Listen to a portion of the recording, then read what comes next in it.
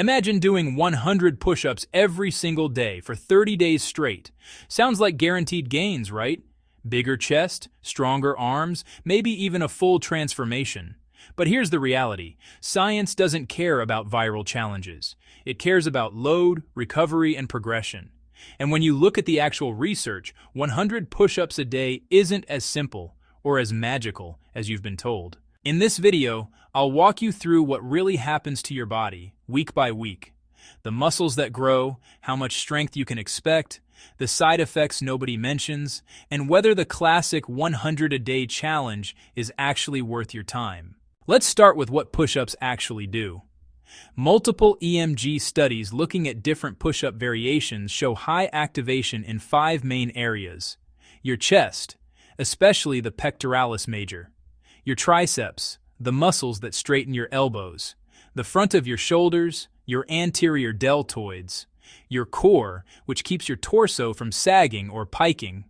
And a smaller but crucial muscle called the serratus anterior, which wraps around your ribs and helps stabilize your shoulder blade. This is why push-ups are so often called a foundational upper body movement.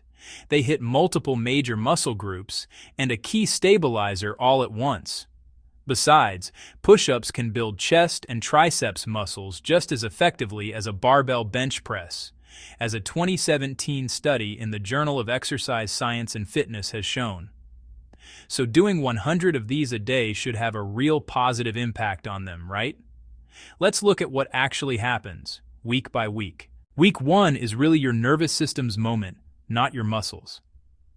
Your muscles haven't gotten bigger yet, but your brain is already getting smarter, faster at firing the right muscles at the right time, better at keeping your core tight and your shoulders steady. That's why your rep count can jump quickly in week 1, even though nothing's actually grown yet. You're not stronger, you're just better at using the strength you already have. Then there's the soreness. If you're new to this much volume, expect it. That tender, achy feeling that shows up a day or two after a hard session. In week 1, that soreness usually peaks, mostly in your chest, shoulders, and triceps.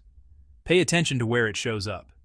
If your traps, that tight, shrugged feeling up near your neck, or your lower back are more sore than your chest and arms, that's usually your shoulders compensating, or your core caving, instead of your chest and arms actually doing the job.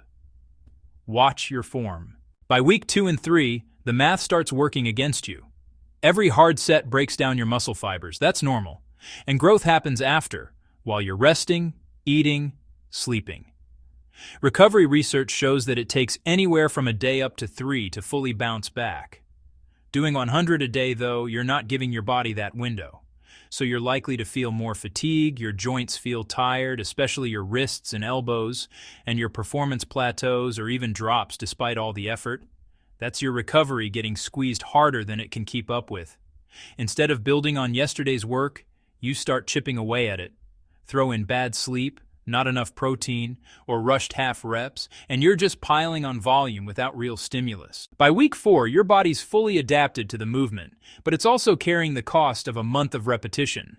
Push-ups only work one side of you. Your chest, front shoulders, and triceps have been hammered daily, but your upper back and lats haven't done a single rep.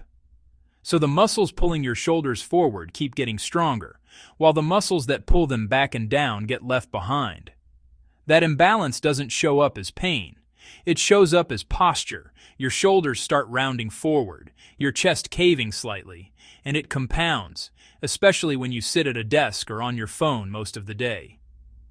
Then there's your wrists and elbows, and this is where a month of daily volume really starts to show. Every rep, your wrist bends backwards under your full body weight. That's a joint position that is not naturally built to hold under load, and by week 4, that has happened thousands of times with 0 variation and 0 rest. Muscles will adapt to the repetition, but your joints and tendons adapt much more slowly, and by week 4 you may feel irritation and pain at the wrist, and elbow for example, when you type or when you lean on your elbow. Now after 30 days of 100 push-ups a day, what do you actually walk away with? A new you, with better chest and tricep definition, greater push-up endurance, the kind you can casually show off at a party. However, The cost is real. More fatigue, a real risk of wrist and elbow irritation, and if you're not doing any pulling work, posture drift is creeping in. Is it worth doing the classic 100 a day challenge? We've already covered the trade-offs, but it does build the habit of exercising regularly, and I find that extremely valuable because consistency is the biggest hurdle most people struggle with when it comes to exercise. Taking on this challenge and actually sticking to it means you've conquered that hurdle. Fantastic. Give it a try if the trade-off doesn't scare you off. It's a great challenge that gives you a real sense of achievement afterwards. But by and large, it does appear to be overkill for most beginners. Train smarter, not harder. Thanks for watching.